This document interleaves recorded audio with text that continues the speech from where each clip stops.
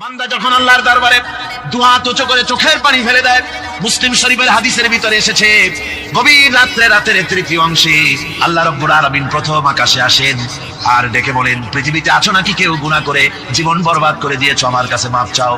ঋণগ্রস্ত আছো, অসুস্থ আছো, অপমানিত আছো, কে আছো মাজলুম, আমাকে ডাকো, আমার কাছে বলো, আমি ডাকে সাড়া দেব, জীবনের আশা পূরণ করে দেব। ওই সময় যেই সমস্ত লোকেরা কাঁদে তাহাজ্জুদের নামাজ পড়ে, আল্লাহ জিজ্ঞেস করেন ফেরেশতারা, অমুক অমুক দেশ অমুক অমুক বান্দারা কাঁদে কেন? ফেরেশতারা বলে, রব্বুল আলামিন তুমি তো ভালো করে জানো। আল্লাহ বলেন, জানি, তবুও তোমাদের মুখে শুনতে চাই। তারা বলে, রব্বুল আলামিন তোমার এই বান্দা গুনাহ করেছে, গুনার জন্য মাপ চায়, জাহান্নাম থেকে বাঁচতে চায়। আল্লাহ পাক বলেন, ফেরেশতারা আমার এই বান্দারা আমারে দেখেছে নাকি? বলে, দেখে নাই। বলে, আমার দোজখ দেখেছে নাকি? বলে, না, তাও দেখে নাই। আমার বেহেশত দেখেছে নাকি? বলে, না, তাও দেখে নাই। আল্লাহ পাক বলেন, ফেরেশতারা সাক্ষী রাখো, ওরা আমাকে দেখে নাই, আমার বেহেশত দোজখ কিছুই দেখে নাই, শুধুমাত্র আমার নবীর কথা, আমার কোরআনের কথা বিশ্বাস করে আরামের ঘুমকে হারাম করে যেভাবে তারা কাঁদতেছে, সাক্ষী থেকে যাও ফেরেশতারা, আমার রহমতের দরিয়ায় জোশ মেরেছে, আমার ওই ক্রন্দনরত বান্দাগুলিকে আমি আল্লাহ মাফ করে দিলাম। সুতরাং মুমিন বান্দা যারা, আল্লাহর মুমিন বান্দা যারা, এই ঈমানের কোয়ালিটি, এটাও হতাশায় নিরাশায় ভেঙে পড়বে না। গুনাহ তো মানুষই করে, গুনাহ হয়ে গেছে, মাপ চাও। তোমার গুনাহ কদ্দূর? তোমার গুনাহ যদি হয় পাহাড় সমান, আল্লাহর রহমত আকাশ সমান। জাহান্নামের কঠিন শাস্তি থেকে বাঁচতে হলে আল্লাহর প্রতি ঈমান আনতে হবে। আর ঈমান আনলে যে কোয়ালিটিগুলি হওয়া উচিত, সেগুলি আমি আপনাদের সামনে আলোচনা করছি। এরপর আরেকটি কোয়ালিটি হবে মুমিনের, তা হলো কঠোর কঠিন বিপদে অবিচল থাকবে, বিপদে ভেঙে পড়বে না। বিপদ আপদ, শত্রুতা, ক্ষয় ক্ষতি যা কিছু হয় সবই আল্লাহর পক্ষ থেকে, এটা মেনে নিতে হবে এবং ধৈর্য ধারণ করতে হবে। বিপদ মুসিবত শুধু উম্মতের জন্য নয়, দুনিয়ার সমস্ত নবীদের বিপদ এসেছে, হয় নাই? নবীদের বিপদ আসে নাই? কোরআনে কারীম থেকে শুনুন, আল্লাহ রাব্বুল আলামিন বলেন, ওয়া কাযালিকা জাআলনা লিকুল্লি নাবিয়্যিন আদুওয়াম মিনাল মুজরিমিন। আল্লাহ পাক বলেন, এমনি করে আমি সকল নবীদের শত্রু বানিয়ে দিয়েছি, সব পাপিষ্ঠ আর অপরাধ প্রবণ লোকদেরকে। প্রত্যেক যুগে নবীদের শত্রু ছিল, প্রত্যেক যুগে নবীদের কি ছিল? শত্রু ছিল। সে শত্রু কারা ছিল? আল্লাহ পাক বলছেন, নবীদের শত্রু ছিল পাপিষ্ঠ আর অপরাধ প্রবণ লোক, এরাই ছিল নবীদের দুশমন। রাসূলগণের অবস্থা যদি এই হয়, তাহলে তার উম্মত, ওই দিনের ধারক বাহক যারা, তাদের বুঝি বিপদ আপদ হবে না নাকি? হবে কিনা? তো ইসলামের বিরোধিতা যারা করে, কোরআনের পরিভাষায় বলা হয়েছে ইসলামের দুশমন, নবীদের দুশমন। দুনিয়ার সব পাপিষ্ঠ আর অপরাধ প্রবণ লোকেরাই ইসলামের দুশমন হয়, নবীদের দুশমন হয়। আজও দেখেন, আজও তাকিয়ে দেখেন, ইসলামী আন্দোলনের বিরোধিতা যারা করে তারা পাপিষ্ঠ চরিত্রের কিনা, তাকায় দেখেন, খুঁজে দেখেন, সর্বত্র খুঁজে দেখুন, খুঁজে দেখুন। যারা ইসলামী আন্দোলনের বিরোধিতা করে, যারা ইসলামকে মিটিয়ে দেওয়ার চেষ্টা করতেছে, যারা ইসলামকে মৌলবাদ বলে, ইসলামকে সাম্প্রদায়িক বলে, কোরআনে কারীমের কথা কত স্পষ্ট যে নবীদের দুশমন হয়, ইসলামের দুশমন হয় মুজরিম লোকেরা, অপরাধ প্রবণ আর পাপিষ্ঠ লোকেরা। আজও আমরা দেখতে পাই এই শ্রেণীর লোকেরা পাপিষ্ঠ এবং সবচাইতে সমাজের নিকৃষ্ট ধরনের চরিত্রহীন লোক। নামাজ নাই, আপনি খুঁজে দেখেন, ইসলামী আন্দোলনের বিরোধিতা যারা করছে, যারা নেতৃত্ব দিচ্ছে, নামাজ নাই, রোজা নাই, চরিত্র নাই, হজ নাই, যাকাত নাই, মদ, জুয়া, জেনা, ব্যভিচার ইত্যাদিতে লিপ্ত। চেহারা দেখলে ছেলেপেলেরা 2 গ্লাস পানি খায়, ভর ওঠে। কথা ঠিক কিনা কয়? এই হলো অবস্থা। মারে কেন? মুমিনদেরকে, পয়গম্বরদেরকে, সাহাবীদেরকে এবং ঈমানদারদেরকে মারে কেন?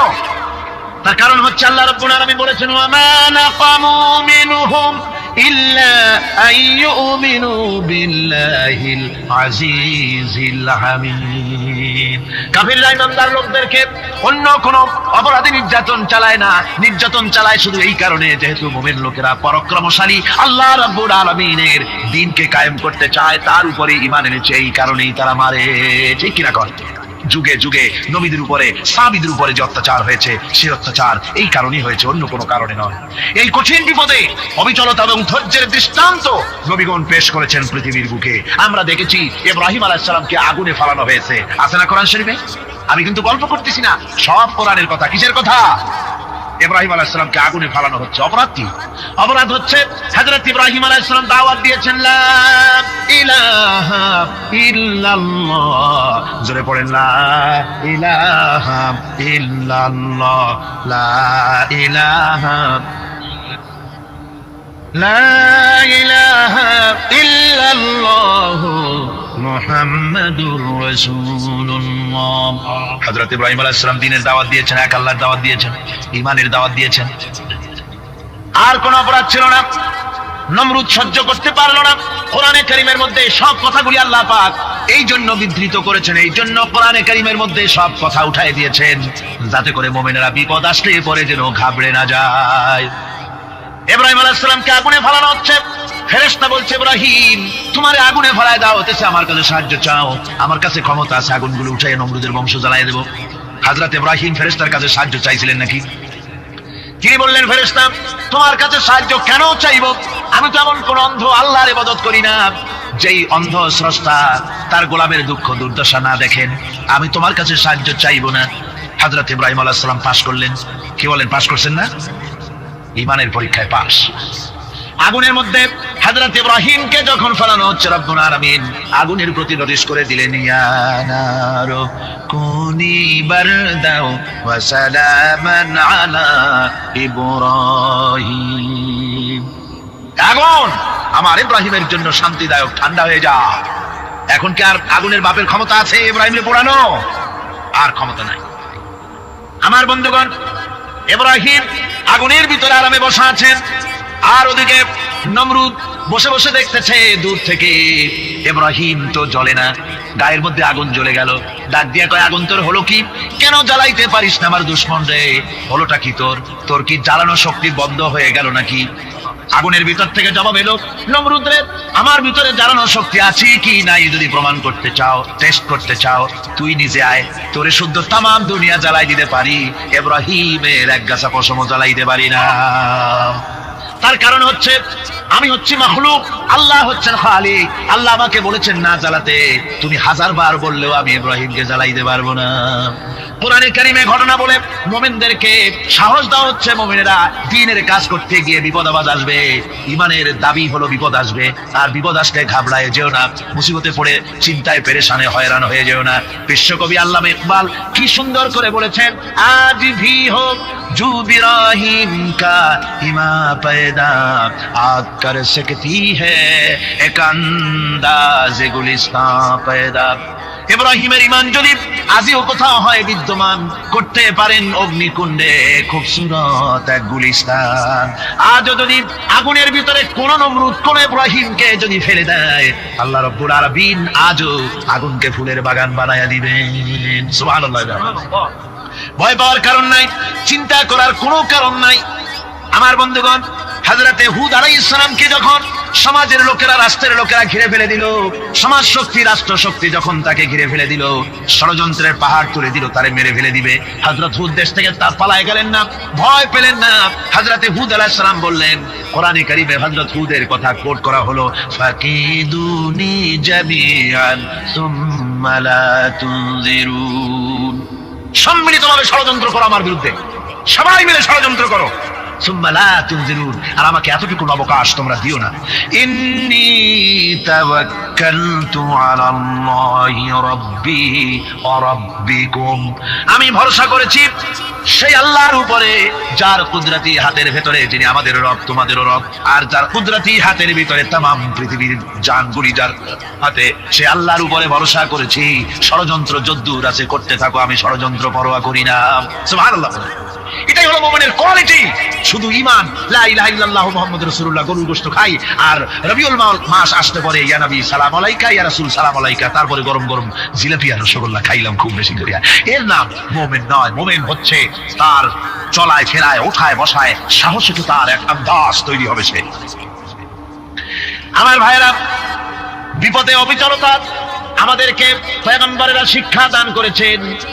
আমরা দেখতে পেয়েছি বিশ্বনবী জনাবে মুহাম্মদুর রাসূলুল্লাহ সাল্লাল্লাহু আলাইহি ওয়াসাল্লাম হিজরতের রাত, কাফেররা চতুর্দিকে দাঁড়ানো, হযরত জিবরাইল এসে বলেন, ইয়া রাসূলুল্লাহ, কাফেররা চতুর্দিকে ঘিরে দাঁড়িয়েছে, গভীর রাত, এখন হাতে তাদের তরবারি, সকাল হলে পরেই তারা আপনাকে মেরে ফেলে দিবে, তাড়াতাড়ি ওঠেন, মদিনার দিকে চলে যান।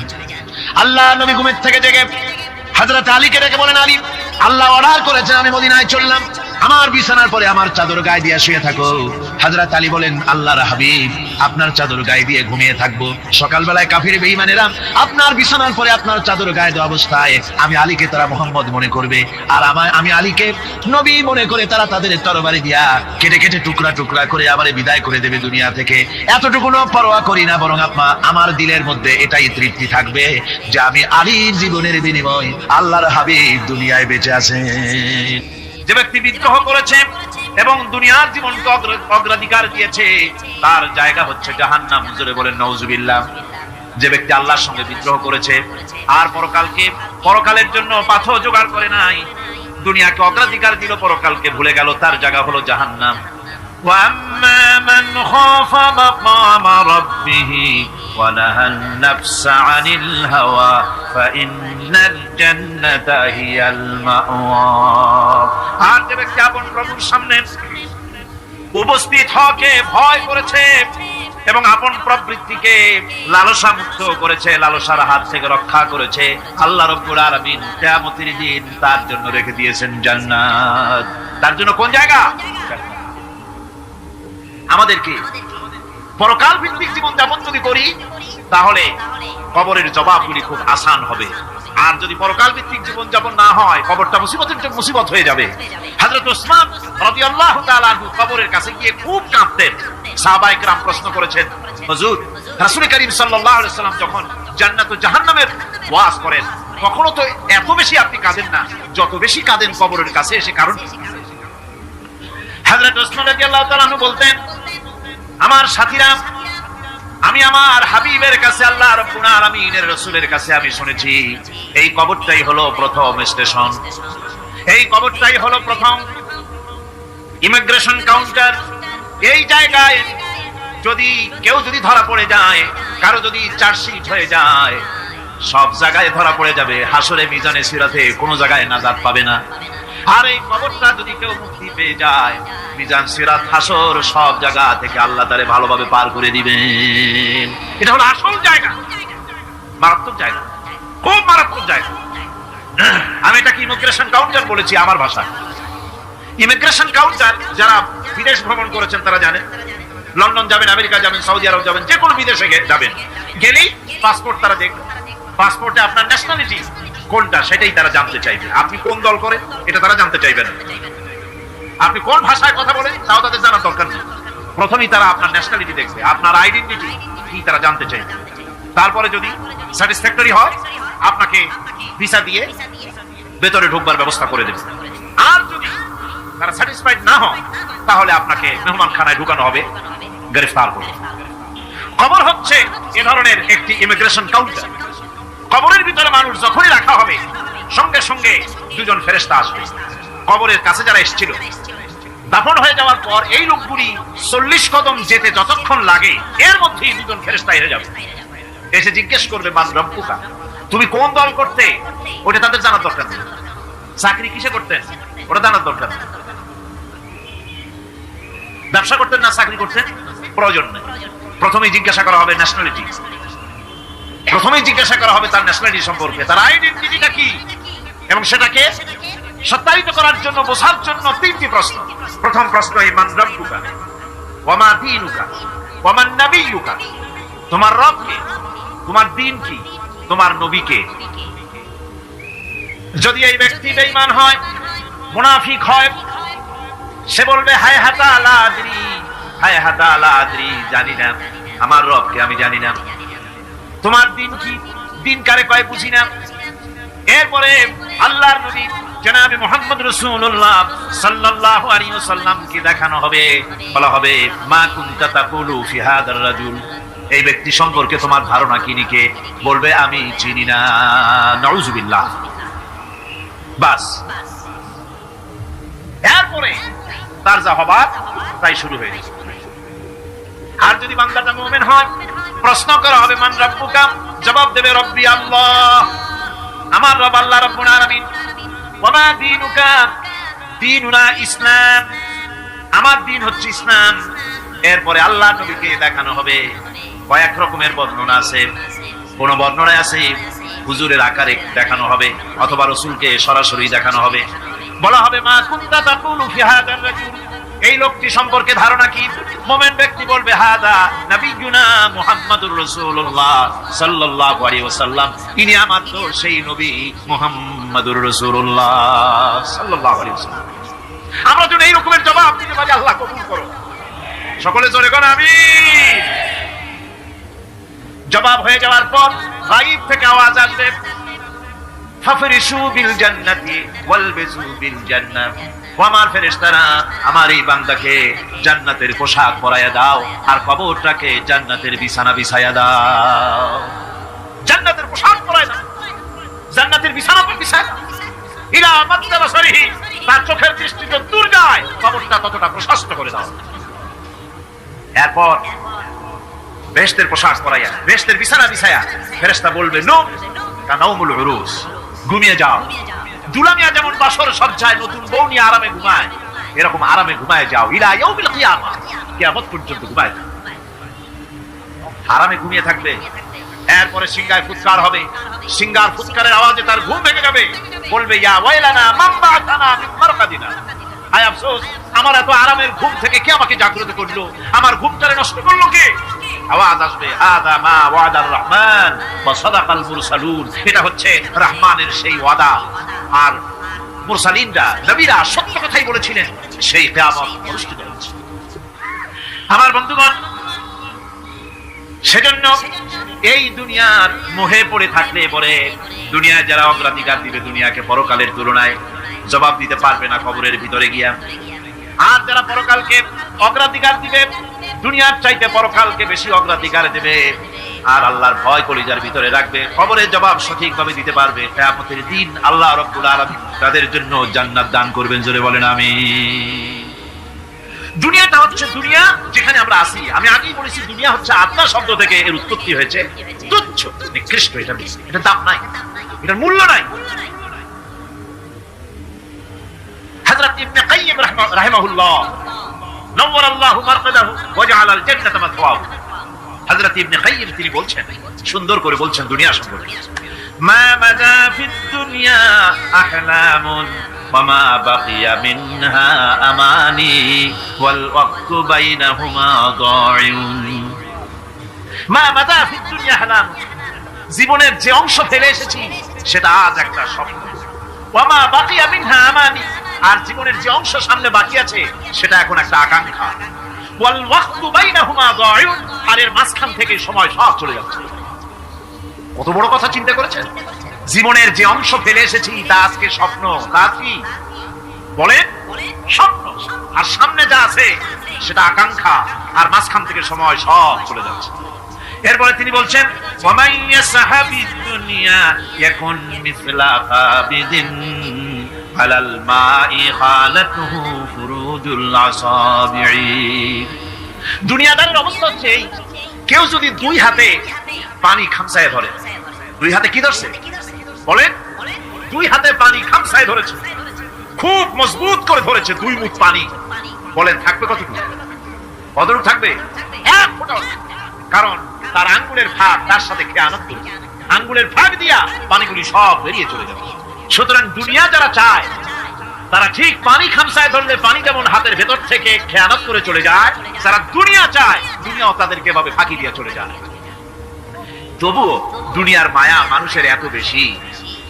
আল্লাহর নবী বলেন লাউ কানা লি ইবনি আদামা ওয়াদিন মিন যাহাবিন লাহাব্বা ইয়াকুনা লাহু সারিন, এই পৃথিবীতে যদি কাউকে একটা মাঠ ভরে যদি সোনা দেওয়া যায়, লোকটা বলবে রব্বুল আলামিন, আমি যদি আরেকটা মাঠ এরকম সোনা ভরা পেতাম। দ্বিতীয় আরেকটা মাঠ দেওয়া হলে আবার বলবে যদি তৃতীয় আরেকটা মাঠ সোনা ভরে যদি পেতাম। নবীজি বলেন ওয়ালা ইয়ামলাউ জাওফু ইবনু আদামা ইল্লা তুরাব, মানুষের পেট 3.5 হাত মাটি ছাড়া, কবরের মাটি ছাড়া মানুষের পেট ভরবে না। আরো চাই, আরো চাই, চাওয়ার কোনো শেষ নাই। মানুষ এভাবে করে দুনিয়ার মহব্বতে এমনি পাগল হয়ে যায়, শুধু দুনিয়ার মহব্বত, পরকালকে বেমালুম ভুলে যায়। আমি কিন্তু এই কথা বোঝাতে চাই নাই যে পরকালের মহব্বতে, পরকালের ভয়তে বা পরকালের জন্য দুনিয়া আপনি বাজার ঘাট বেচা কিনা ব্যবসা বাণিজ্য সবকিছু ভুলে যান না, তা নয়। ভুল বোঝার কোনো কারণ নাই। পরকালকে অগ্রাধিকার দিতে হবে, মানে দুনিয়াটা চিরস্থায়ী জায়গা নয়। চিরস্থায়ী হচ্ছে কোনটা? আখিরাত। চিল্লায় এখন কোনটা? সুতরাং এখানে যা করতে হবে, আখিরাতে জবাবদিহিমূলক জীবন যাপন করতে হবে। আপনি ব্যবসা করবেন, ওজনে কম দিতে পারবেন না, আপনি খাদ্যে ভেজাল দিতে পারবেন না, চুরি করতে পারবেন না, ডাকাতি করতে পারবেন না, জেনা করতে পারবেন না, বদমাশি করতে পারবেন না, মদ খেতে পারবেন না, সন্ত্রাসী হতে পারবেন না, হাইজাকার হতে পারবেন না, চাঁদাবাজ হতে পারবেন না, মুনাফাখোর হতে পারবেন না, আপনি চোরাকারবারি হতে পারবেন না, ঘুষখোর হতে পারবেন না, সুদখোর হতে পারবেন না। এই সব কাজ পরকালকে বিশ্বাস করলেই এ সমস্ত কাজ থেকে মানুষ বিরত থাকতে পারে। কথা ঠিক কিনা? এটাই হচ্ছে। সুতরাং এই পৃথিবী থাকবে না, এটা কি চিরকাল থাকবে না? এর একটা পরিসমাপ্তি ঘটবে।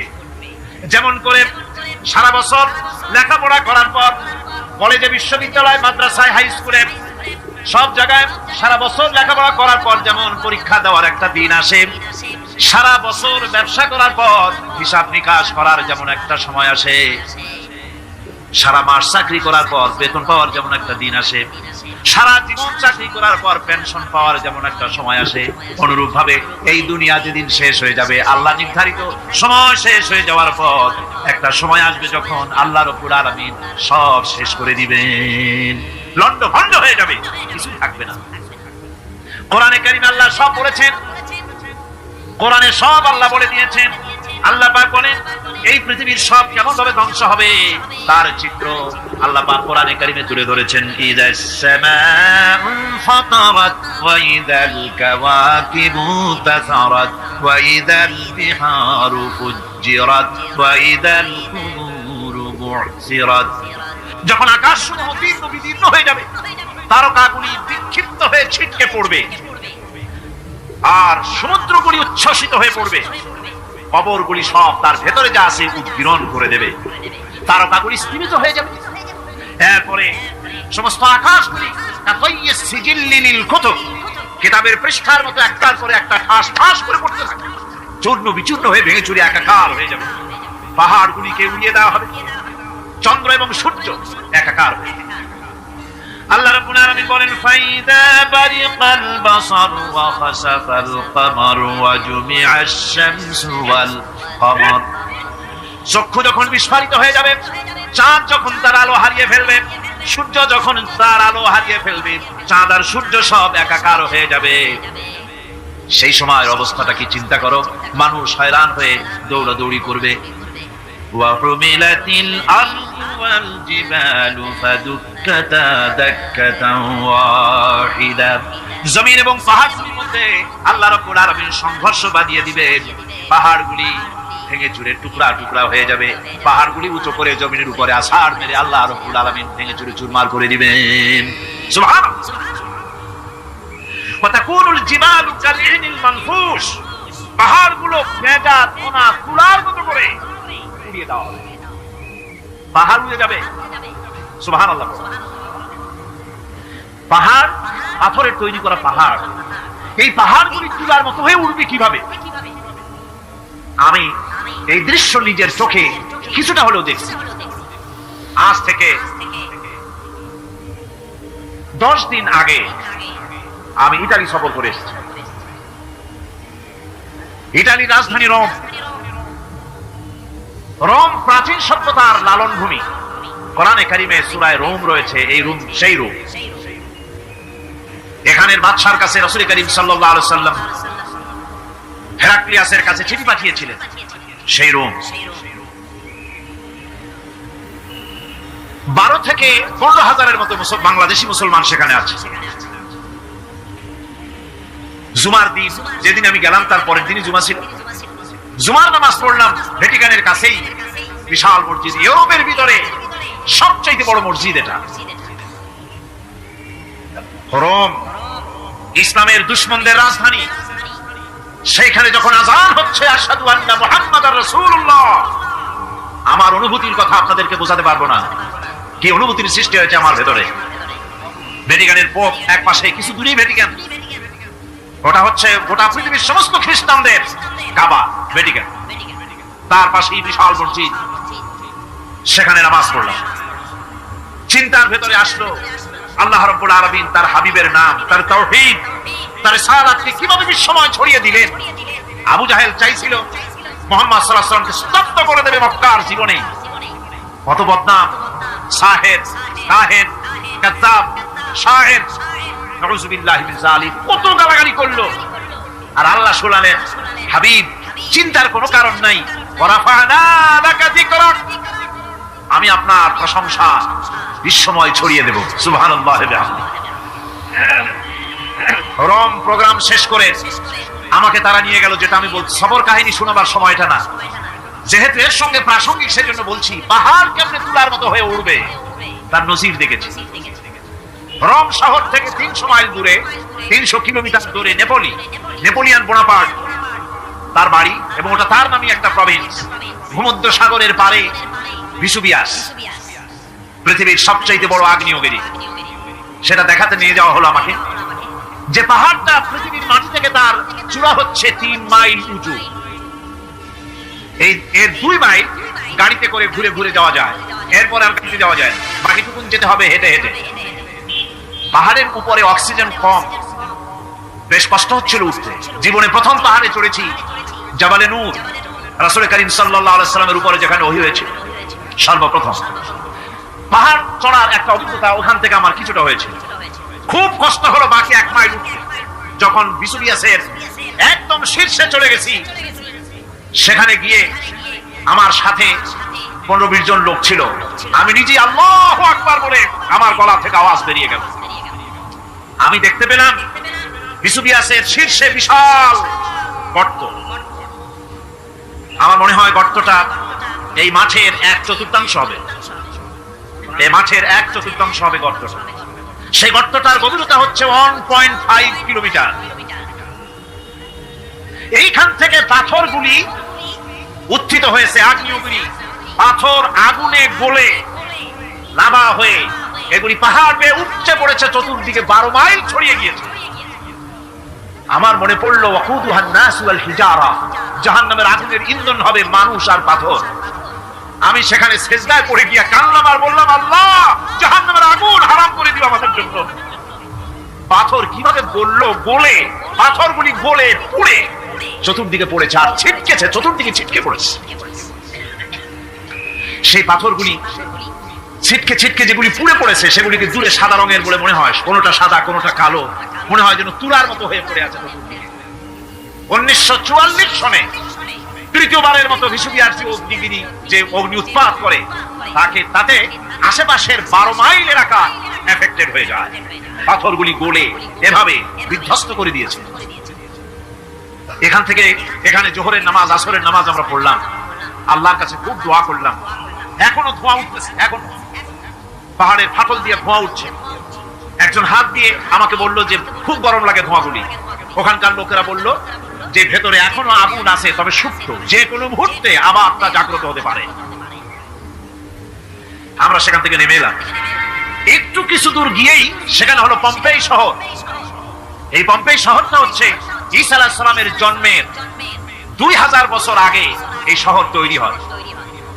ঈসা আলাইহিস সালামের জন্মের 179 বছর পর ভূমিকম্প হয়। সেই ভূমিকম্পে গোটা পম্পেই শহরটা পৃথিবীর মানুষের চোখের আড়াল হয়ে যায়, ধ্বংস হয়ে যায়, মাটির তলায়। আজ থেকে 200 বছর আগে মাটি খনন করতে গিয়ে এই শহর আবিষ্কৃত হয়। পুরা শহরটা খুঁড়ে তারা বের করেছে। 180 হেক্টর জমিনের উপরে এই বিশাল শহর।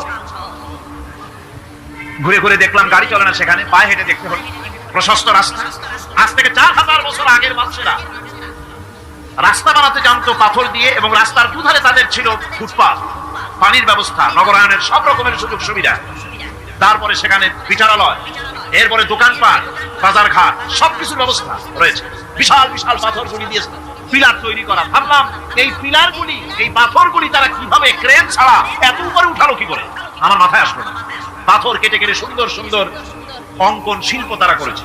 এরপরে ঘুরতে ঘুরতে বাদশার রাজার বাড়ি থেকে ঢুকলাম।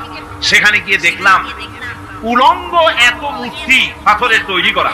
পাথর কেটে কেটে দেওয়ালে যৌন মিলনের এমন কোন অশ্লীল ছবি নাই যা তারা সেখানে তৈরি করে। উলঙ্গ মূর্তি আর উলঙ্গ যৌন মিলনের অসংখ্য ছবি দিয়ে এই এলাকা ভরা। তখন আমি বুঝলাম আল্লাহর গজব হওয়ার কারণটা কি, এই শহরটা মাটির নিচে ধরাম হয়ে যাওয়ার কারণটা কি। আল্লাহ পাক জেনা ব্যভিচার যে দেশে বেশি হয় আল্লাহ পাক বরদাস্ত করেন। দুশ্চরিত্র যে দেশের মানুষ দুশ্চরিত্র হয়ে যায়, জেনা ব্যভিচার বেশি হতে থাকে, আল্লাহ হঠাৎ করে গজব দেন। এই গজব এক এক সময় এক এক রকমের হয়ে আসে। কখনো মাটির নিচে দাবায় দেয়, কখনো মহামারী, কোন দেশে কলেরা, কোন দেশে জলোচ্ছ্বাস, কোথাও ভূমিকম্প, আর সর্বশেষ এই জেনা ব্যভিচারের জন্য আল্লাহ পাকের চূড়ান্ত এই যৌনতার অশ্লীলতার জন্য চূড়ান্ত গজব বর্তমান বিশ্বের জন্য এইডস। আল্লাহ পাক এই গজব দিয়েছে। বন্ধুগণ, আমি সেই জায়গা, আমি সেখানে যা দেখলাম যে আল্লাহ পাক পাহাড়গুলিকে কিভাবে উড়াবেন, এটা অস্বীকার করার কোন উপায় নাই। বিশ্বাস তো করতামই, তবে হযরত ইব্রাহিম আলাইহিস সালাম যেমন বলেছিলেন, রব্বি আরিনি কাইফা তুহিল মাউত, আয় আল্লাহ তুমি মরাকে চিন্তা করবা কেমনে? আল্লাহ পাক বলেন, আওয়ালাম তুমিন, তুমি বিশ্বাস করো না? ইব্রাহিম আলাইহিস সালাম বললেন, বালা, অবশ্যই বিশ্বাস করি, ওয়ালাকিন লা ইয়াতমাইন্না কলবি, যদি চোখে দেখতাম তাহলে আমার অন্তরাত্মা খুব ঠান্ডা হতো। আল্লাহ রাব্বুল আলামিন চোখে দেখাই দিলেন জিন্দা কেমনে মুর্দা হবে, মুর্দা কেমনে জিন্দা হবে, আল্লাহ দেখাই দিলেন, পাহাড় উড়াই দিবেন আল্লাহ রাব্বুল আলামিন। একথা কলিজার মধ্যে এটার উপর ঈমান বিশ্বাস, কিন্তু আল্লাহ চোখে দেখাইছেন, ঈমান আরো মজবুত হয়েছে, যা ছিল আরো মজবুত হয়েছে। সুবহানাল্লাহ। আল্লাহর ভয়তে কলিজা কেঁপেছে, আমি পাহাড়ের উপরে কেঁদেছি, যা হয়ে গেছে। বন্ধুগণ, আল্লাহ সুবহানাহু ওয়া তাআলা এই জন্য বলেছেন, কুল সিরু ফিল আরদ, আমার জমিন ঘোরো, ভালো করে দেখো, কাইফা কানা আখিরাতুল মুকাজ্জিবিন, মহাসত্যকে যারা অস্বীকার করেছে তাদের পরিণতি আমি কি করে দিয়েছি, এগুলি চোখে ভালো করে তাকায় দেখো। আমার বন্ধুগণ, সুতরাং এই পৃথিবী অবসান হবে, এই পৃথিবী ধ্বংস হবে, এই পৃথিবী চূড়ান্ত ভাবে শেষ হয়ে যাবে। হ্যাঁ, আরেকটি কথা বলতে হয়, সেটা হচ্ছে যে এই রোম থেকে আরেকটু দূরে 900 মাইল দূরে হচ্ছে সিসিলি, 900 মাইল দূরে। সেখানে এই সিসিলি মুসলমানেরা শাসন করেছিল 350 বছর। সেই সিসিলিতে রয়েছে 360টা মসজিদ মুসলমানদের করা। সমস্ত মসজিদগুলি আজ তালা বন্ধ, একটা মসজিদও খোলা নাই। সেখানকার মুসলমানেরা ওয়াজ শুনতে এসেছিল রোমে। আমি তাদের জন্য পরামর্শ দিয়েছি যে গভর্নমেন্টের কাছে তোমরা দাবি জানাও যে অন্তত একটা মসজিদের দরজা আমাদের জন্য খুলে দাও। রোমের অবস্থানরত প্রবাসী বাংলাদেশি মুসলমানেরা আমাকে বলেছে, তাদের অনেকের বাড়ি চট্টগ্রামেও আছে, আমাকে বলেছে তাদের চোখে পানি আসছে বলার সময় যে চিরময় তাফসীর মাহফিল যখন আসে কলিজাটা কাঁদতে থাকে যাওয়ার জন্য। তো যাওয়া তো সম্ভব না, এত দূর থেকে আমাদের সালাম বলে দিবেন যত লোক আসবে, আর আমাদের জন্য দোয়া করতে বলবেন যেন এই রোমের ভিতরে আমরা ইসলামের আদর্শের ভিত্তিতে আমরা যেন চলতে পারি। আপনারা দোয়া করুন তাদের জন্য। ভাইরা আমার, এই পৃথিবী একদিন পরিসমাপ্তি ঘটবে এবং আল্লাহর দরবারে আমাদেরকে উঠতে হবে এবং সেখানে আমাদের বিচার হবে। সেখানে আমাদের কি হবে? বিচার হবে। আল্লাহ পাক বিচারটাকে নির্ভুল করার জন্য, সঠিক করার জন্য প্রত্যেকের গলায় আমলনামা ঝুলাই রাখছে, এখানে রেকর্ডের ব্যবস্থা করা হয়েছে। আল্লাহ পাক বলছেন, ওয়া কুল্লু ইনসানিন আলজামনাহু তাইরাহু ফি উনুকিহি ওয়া নুখরিজু লাহু ইয়াওমাল কিয়ামাতি কিতাবান ইয়ালকাহু মানশুরা। আল্লাহ পাক বলেন, প্রত্যেকের ভালো মন্দ কর্মফল, কর্মলিপি আমি তার গলায় ঝুলাই রেখেছি। কিয়ামতের দিন সে নিজের কাছে স্পষ্ট সব দেখতে পারবে, কোনো জিনিস বাদ পড়বে না। তার গলায় তার আমলনামা ঝুলানো আছে, সব রেকর্ড হতেছে। আমরা যা করছি সবগুলি রেকর্ড হয়ে যাচ্ছে। বর্তমান বিজ্ঞানীরা আবিষ্কার করেছে যে মানুষের শরীরের ভিতরে ডিএনএ আছে, রক্তের ভিতরে ডিএনএ, এটা একটা কোডন। মানুষের রক্তের ভিতরে ডিএনএ আছে, যেমন তার ব্রেনের ভিতরে কতগুলি কোষ আছে, এক একটা কোষ এক এক ধরনের কাজ করে, অনুরূপ ভাবে তার শরীরের ভিতরে রক্তের ভিতরে ডিএনএ আছে। এই ডিএনএটা কি? এই ডিএনএটা হচ্ছে, এই ডিএনএ একটা কম্পিউটারের মতো কাজ করতেছে। লোকটা কি করবে, কোথায় যাবে, সে ভালো হবে মন্দ হবে কি হবে, সব তার ডিএনএর মধ্যে রেকর্ডকৃত আছে। এটা বোঝার জন্য একটা সুন্দর দৃষ্টান্ত দেওয়া যায়। যেমন এই কাগজটাকে আপনারা মনে করুন একটা গাড়ির ব্লু প্ল্যান, একটা ব্লুপ্রিন্ট, একটা গাড়ির ব্লুপ্রিন্ট। এখানে লেখা আছে গাড়ি কিভাবে তৈরি হবে। এই কাগজটা নিয়ে ঘরের মধ্যে রেখে দিলে এখন এই কাগজটা থেকেই অটোমেটিক গাড়ির উইন্ডো তৈরি হলো, শিল তৈরি হলো, গাড়ির বডি তৈরি হলো, চেসিস তৈরি হলো, টায়ার তৈরি হলো, ইঞ্জিন তৈরি হলো, ব্যাটারি তৈরি হলো, পেট্রোল নিল, আর কোন রকমের ড্রাইভার ছাড়াই গাড়ি চলতে আরম্ভ করলো। এই কথাটা যদি মনের মাথার মধ্যে আনতে পারেন যে এটা কিভাবে হইতে পারে, এতে লেখা অনুযায়ী যেভাবে হওয়া যদি সম্ভব হয়, অনুরূপ ভাবে মানুষের রক্তের ভিতরে ডিএনএ এর আবিষ্কার করেছে। এর ভিতরে মানুষের ভালো মন্দ, কোথায় যাবে, কি করবে, সবকিছুর মধ্যে রয়েছে। কোরআনে কারীমে আল্লাহ রাব্বুল আলামিন, আমি গত বছর বলছিলাম যে বিজ্ঞানের আবিষ্কার যত বাড়বে কোরআন বোঝা মানুষের জন্য তত সহজ হবে। সুবহানাল্লাহ। কোরআন বোঝা মানুষের জন্য তত সহজ হবে। সুতরাং মানুষের গলার সাথে আল্লাহ পাক বলছেন যে একটা আমলনামা আমি ঝুলাই দিয়েছি তার গলার সাথে, সে যা করতেছে ওখানে সব লিপিবদ্ধ হচ্ছে, কম্পিউটারাইজড, কম্পিউটারের মতো এগুলি সব গ্রহণ করতেছে। এগুলি কিয়ামতের দিন তার সামনে হাজির করা হবে। কিয়ামতে যখন আমলনামা তার সামনে দিয়ে বলা হবে, ইকরা কিতাবাকা কাফা বিনাফসিকাল ইয়াওমা আলাইকা হাসিবা, তাকে বলা হবে নিজের কর্মলিপি নিজেই পড়ো, আজ তুমি তোমার নিজের হিসাব নিতে যথেষ্ট। বন্ধুগণ, এই মাহফিলে যত লোক আমরা বসে আছি, আমরা আমাদের হিসাব নিতে যথেষ্ট না আরেকজন লাগবে? কোন আমরা যথেষ্ট কিনা? কথা বোঝেন নাই। আমি বলতে চাইছি এটা, আমরা যদি এখন চোখ বুঝে চিন্তা করি যে পিছনের জীবনে কি করেছি, মনে পড়বে নাকি পড়বে না? বলেন সবাই পড়বে কি পড়বে না? ছোটবেলায় কবে পায়ের নিচে কাঁটা ফুটেছিল, কবে কোথায় আছাড় খেয়েছিলেন, কবে কার বেল, তাল, আম, কাঁচা আম চুরি করে খেতে গিয়ে কিল খেয়েছিলেন, তারা খেয়েছিলেন, তাকে এখন মনে নাই? আছে। তাহলে কিল, ওই তাল বেল চুরি করতে গিয়ে যে কিলটা খাইছিলেন সেটাও মনে আছে, ভালো মন্দ সব মনে আছে। তাহলে কোন হোটেলের রুমে কি করছিলেন, কোন স্কুলে কোন কলেজে কি করছিলেন, তারপরে জীবনে ছোট বড় ঘটনাগুলি সব বুঝতে মনে পড়বে না? এবার হিসাব করেন, মনে যদি পড়ে এবার হিসাব করেন আপনি জান্নাতে না জাহান্নামে।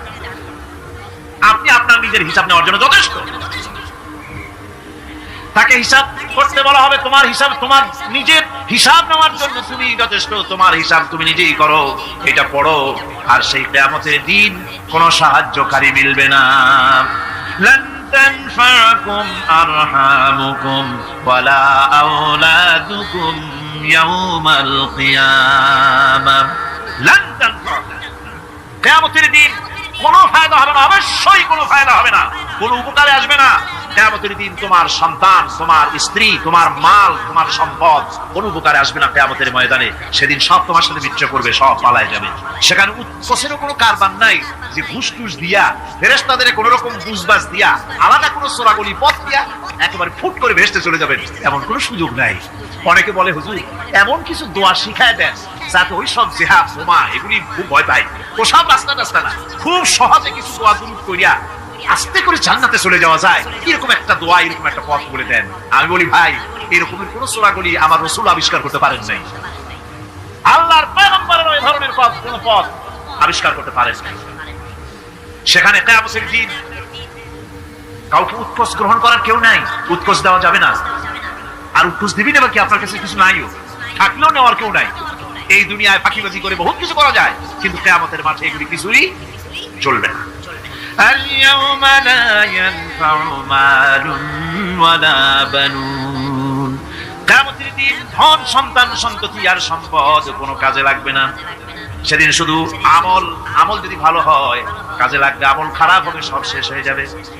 আল্লাহ রাব্বুল আলামিন নবীজিকে ডেকে বলেছেন, নবী আপনি বলেন, কুল মা কুনতু বিদআম মিনার রাসূল, আপনি বলুন আমি কোন নতুন রাসূল নই, আমার আগে অনেক নবী রাসূল পৃথিবীতে এসেছেন, তারা বিদায় হয়ে গেছেন। আমি জানি না কিয়ামতের দিন আল্লাহ রাব্বুল আলামিন আমার সাথে কি ব্যবহার করবেন, আর আমি এও জানি না যে কোরআনে কারীমের মধ্যে আল্লাহ পাক এই পৃথিবীর বুকে যারা আরামের টাটকা সুখগুলি, আরামগুলি যারা বর্জন করে আল্লাহ রাব্বুল আলামিনকে বিশ্বাস করে যারা জীবন পরিচালনা করেছে, আল্লাহ পাক তাদের জন্য জান্নাত রেখেছেন এবং তাদের জন্য বলছেন, সাবিকু ইলা মাগফিরাতিন মির রাব্বিকুম ওয়া জান্নাতিন আরদুহা কাআরদিস সামাই ওয়াল আরদ উইদ্দাত লিল্লাযিনা আমানু বিল্লাহি ওয়া রাসূলিহি। আল্লাহ পাক বলেন, প্রতিযোগিতা করো আল্লাহর মাগফিরাত কামনার জন্য আর জান্নাতে যাওয়ার জন্য প্রতিযোগিতা করো, আল্লাহর রহমত পাওয়ার জন্য সৎ কাজের প্রতিযোগিতা করো, তাহলে আল্লাহ রাব্বুল আলামিন তোমাদেরকে ক্ষমা করবেন আর তোমাদের জন্য এমন জান্নাত দিবেন যেই জান্নাত আকাশের বিশালতার, জমিনের বিশালতার মতো। এই বিরাট জান্নাত তোমাদেরকে দিবেন। এই জান্নাত চিরস্থায়ী সুখ এবং শান্তি জায়গা হবে। مثل الجنة التي وعد المتقون فيها أنهار من ماء غير آسن وأنهار من لبن لم يتغير طعمه আল্লাহ পাক বলেন জান্নাত আল্লাহ পাক ওয়াদা করেছেন মুত্তাকিদের জন্য আল্লাহ পাক জান্নাত দিবেন যে জান্নাতের ভিতরে রয়েছে মধুর প্রস্রবণ রয়েছে দুধের প্রস্রবণ রয়েছে সেখানে স্বচ্ছ পানির প্রস্রবণ রয়েছে এই সুন্দর জান্নাত ঝর্ণা ধারা আল্লাহ পাক সৃষ্টি করেছেন বাগ বাগিচা দিয়ে ভরে রেখেছেন জান্নাত সেই জান্নাতে জান্নাত হবে এয়ার কন্ডিশন রোদ্রের তাপ হবে না সেখানে রোদ্রের খরক তাপ হবে না সেখানে ঠান্ডার প্রচন্ডতা থাকবে না কিরকম হবে জায়গাটা আল্লাহ পাক বলছেন মুত্তাকিনা আলাল আরাইকি লা ইয়ারাউনা ফিহা শামসান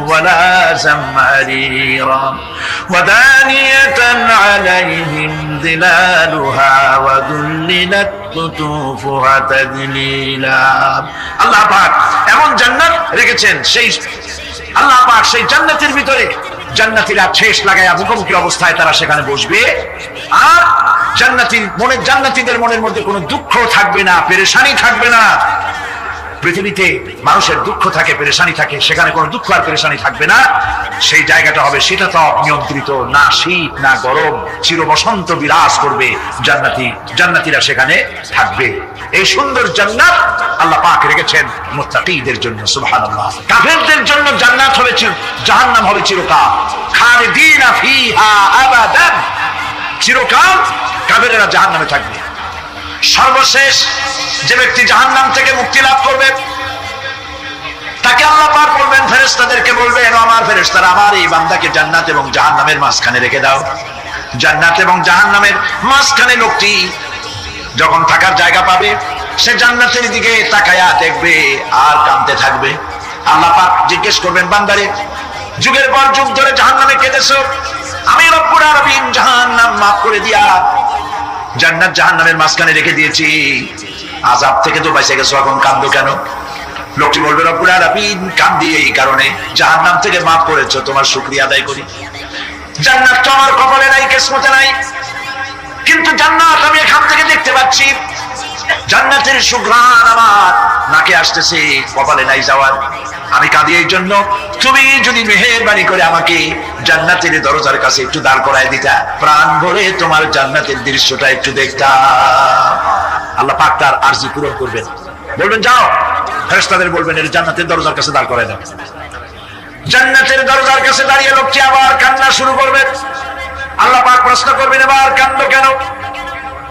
লোকটি বলবে রব্বুল আলামিন কান্দি এই কারণে জান্নাতের এই দরজায় দাঁড়ায়া জান্নাতের অফুরন্ত নিয়ামত কিছুই ভালো করে দেখা যায় না শুধু অল্প জায়গা দেখি যদি তুমি আমারে দয়া করে জান্নাতের মাঝখানে দাঁড় করায় দিতা চতুর্দিকে তাকায়া তাকায়া দেখা কলিজারে ঠান্ডা বানাইতাম তবে আমি ওয়াদা করি জান্নাতের কোনো নাজ নিয়ামত কোনো ফল আমি খাবো না ধরবো না সইব না একটুখানি মেহেরবানি করে মাঝখানে দাঁড় করাইয়া দাও জান্নারে ঠান্ডা করি আল্লাহ রাব্বুল আলামিন ফেরেশতাদের বলবেন আমার এই বান্দারে জান্নাতের মাঝখানে দাঁড় করাইয়া দে আল্লাহর নবী বলেন জান্নাতের মাঝখানে দাঁড়িয়ে লোকটি আগের চাইতে আরো জোরে চিৎকার মেরে কাঁদতে থাকবে আল্লাহ পাক বলবেন বান্দারে কি হলো তোর দরজার কাছে আসতে চাইছিলে আইনা দিলাম আবার এবার মাঝখানে আসতে চাইছো তাও এনে দিয়েছি আবার কান্দো কেন লোকটি বলবে রব্বুল আলামিন এবার কান্দি এই জন্যে তুমি যখন দয়া করে একটিবার জান্নাতের মাঝখানে এনে আমাকে দাঁড় করায় দিয়েছো তুমি রহমান রহিম গফুরুর রহিম এই জান্নাত থেকে আবার আর বাইর করে দিও না আল্লাহ রাব্বুল আলামিন বলবেন ও আমার বান্দারে আমার এই জান্নাত তোর খুব পছন্দ হয়েছে নাকি লোকটি বলবে রব্বুল আলামিন কলিজা ঠান্ডা হয়ে গেছে ভাবতেও পারি না এই জান্নাত এত সুন্দর আল্লাহ পাক বলবেন বান্দারে এরকম একটি নয় দুইটা নয় তোর জন্য আমি 10টা জান্নাতে এরকম রিজার্ভ করে রাখছি সুবহানাল্লাহ আল্লাহ পাককে ভয় করে পৃথিবীর সমস্ত পাপ থেকে যারা নিজেকে রক্ষা করবে আল্লাহ তাদের জন্য এই জান্নাত রেখে দিয়েছেন সুবহানাল্লাহ সেই জান্নাতের রিসিপশন আপনারা আন্দাজ করতে পারবেন না রিসিপশন কারে করে কি এর প্রধানমন্ত্রী আর প্রেসিডেন্ট 4-5টা পুলিশ আর আর্মি আসে একটা ছট করে সেলুট মারলো বা শেষ হয়ে গেল এরকম না, জান্নাতীদেরকে রিসিপশন দেওয়া হবে। জান্নাতীরা যখন আল্লাহর হুকুমে জান্নাতের দিকে যেতে লাগবে, আর যখন জান্নাতের কাছে চলে যাবে, আল্লাহ রাব্বুল আলামিন শুনায়ে দিচ্ছেন, হাত্তা ইযা জাউহা ফুতিহাত আবওয়াবুহা ওয়া ক্বালা লাহুম খাজানাতুহা সালামুন আলাইকুম তিবতুম ফাদখুলুহা খালিদিন। সুবহানাল্লাহ। জান্নাতীরা যখন জান্নাতে প্রবেশ করার দরজার মুখোমুখি হবে, তার রক্ষীগণ তখন বলবে, সালামুন আলাইকুম, আল্লাহর শান্তি তোমাদের উপরে বর্ষিত হোক। দুনিয়ার টাটকা টাটকা সুখগুলি দুই পা দিয়ে ঠেলে দিয়েছো, টাটকা সুখগুলি গ্রহণ করো নাই, হারাম খাও নাই, আল্লাহর দ্বীন কায়েমের জন্য রক্ত দিয়েছো, জীবন দিয়েছো, কষ্ট করেছো, আল্লাহকে ভয় করেছো। আমাদের সালাম গ্রহণ করো, জান্নাতের মধ্যে ঢুকে যাও চিরকালের জন্য। সুবহানাল্লাহ। আর বাইরে হওয়া লাগবে না, চিরকাল এই জান্নাতের মধ্যে তোমরা বসবাস করতে পারবে, আল্লাহ রাব্বুল আলামিনের ফেরেশতারা বলে দিবেন। জান্নাতের মধ্যে আল্লাহ পাক হুরদের সঙ্গে জান্নাতীদের বিয়ের ব্যবস্থা করে দিবেন। কোরআনে কারিমে আল্লাহ পাক বলেন, মুত্তাকিনা আলা সুরুরিন মাসফুফাতিন ওয়া যাওয়াজনাহুম বিহুরিন ঈন। সামনাসামনি ভাবে সাজানো সারি সারি আসন সমূহের উপর তারা ঠেস লাগায় বসে থাকবে, আর আল্লাহ রাব্বুল আলামিন হুরদের সাথে জান্নাতীদের বিয়ের ব্যবস্থা করে দিবেন। যেসব হুরের সঙ্গে বিয়ে হবে তাদের আল্লাহ পাক বিবরণ দিচ্ছেন কি রকম হবে তারা। লাম ইয়াতমিসহুন্না ইনসুন ওয়ালা জান। এর পূর্বে জিন এবং ইনসান এদেরকে কেউ স্পর্শ করেনি। কিরকম তারা? কাআন্নাহুন্নাল ইয়াকুতু ওয়াল মারজান। যেমন ঝিনুকের ভিতরে মণিমুক্তা থাকে, এইভাবে আল্লাহ পাক তাদেরকে পবিত্র করে রেখে দিয়েছেন।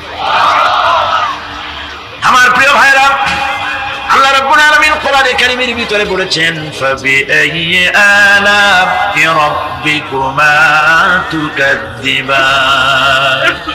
জান্নাত দান করে আল্লাহ পাক এবার জান্নাতীদেরকে সম্বোধন করে বলবেন, ইয়া ইবাদি লা খাউফুন আলাইকুমুল ইয়াওমা ওয়া লা আনতুম তাহজানুন। হে আমার বান্দারা, লা খাউফুন আলাইকুমুল ইয়াওম, আজ আর কোনো ভয় নাই। সুবহানাল্লাহ, সুবহানাল্লাহ। আজ আর কোনো ভয় নাই, কোনো চিন্তাও নাই, আরামে এই জান্নাতের মধ্যে বসবাস করো। এরপরে আল্লাহ পাক জিজ্ঞেস করবেন, ও আমার জান্নাতীরা, আমি যেসব ওয়াদা করছিলাম আমার ওয়াদা মোতাবেক সমস্ত নিয়ামত পেয়েছো?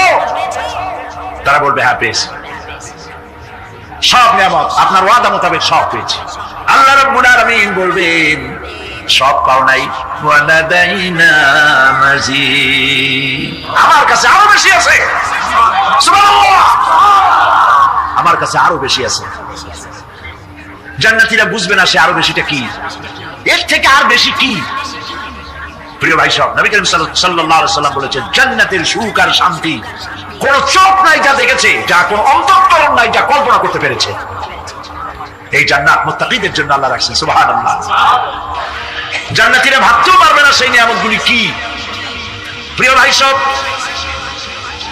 সেই মুহূর্তে আল্লাহর নবী মুহাম্মদুর রাসূলুল্লাহ সাল্লাল্লাহু আলাইহি ওয়াসাল্লাম বলবেন, রব্বুল আলামিন, আমার উম্মতেরা জান্নাতীরা বুঝতে পারে নাই আপনার কাছে কি নিয়ামত আরো বেশি আছে। আমার এই উম্মতেরা জান্নাতীরা আপনার ওয়াদা মোতাবেক সব পেয়েছে, কিন্তু একটি জিনিস এখনো তাদের কিসমতে হয় নাই।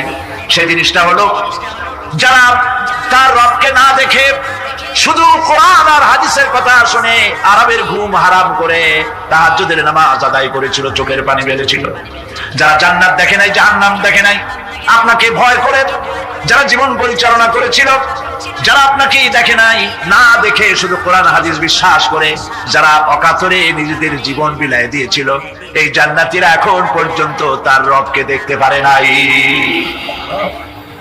আল্লাহ রাব্বুল আলামিন তার সামনে থেকে ৭০,০০০ পর্দা সরে যাবে। আল্লাহ পাক বান্দাদের আরজি পুরা করার জন্য জান্নাতীদের সামনে তিনি জালোয়া ফরজ হবে। কোরআন শরীফের ভিতরে আল্লাহ পাক বলেন, জান্নাতীরা তারা আল্লাহর দিকে, জান্নাতীরা তার রবের দিকে তাকিয়ে থাকবে, আর রব তার বান্দাদের দিকে তাকাইয়া থাকবে। প্রাণ ভরে জান্নাতীরা রবকে দেখবে, সুবহানাল্লাহ, আল্লাহ পাককে দেখবে। প্রাণ খুলে আজ দোয়া করি রব্বুল আলামিন, জান্নাতের যেই পরিবেশে, যেই জায়গায় তুমি দয়া করে তোমার গোলামদেরকে তুমি নিজেই দর্শন দিবে, দেখা দিবে। মনিব গো, ও আমাদের রব, আজ এই বিশাল জনসমুদ্র নিয়ে তোমার দরবারে আবেগ ভরা কণ্ঠে বলি, যে অনুষ্ঠানটি তুমি এমন মুবারক অনুষ্ঠান করবে যেখানে তুমি জান্নাতীদেরকে দেখা দিবে, ওই জান্নাতের কোন একটি, ওই অনুষ্ঠানের কোন একটি কোনায় কানায় আমাদেরকেও দাঁড় করাইয়া দেখার তুমি। প্রিয় ভাই সব, আল্লাহ রাব্বুল আলামিন মানুষের সামনে এত সব নিয়ামত রেখেছেন, এই জান্নাত দান করবেন।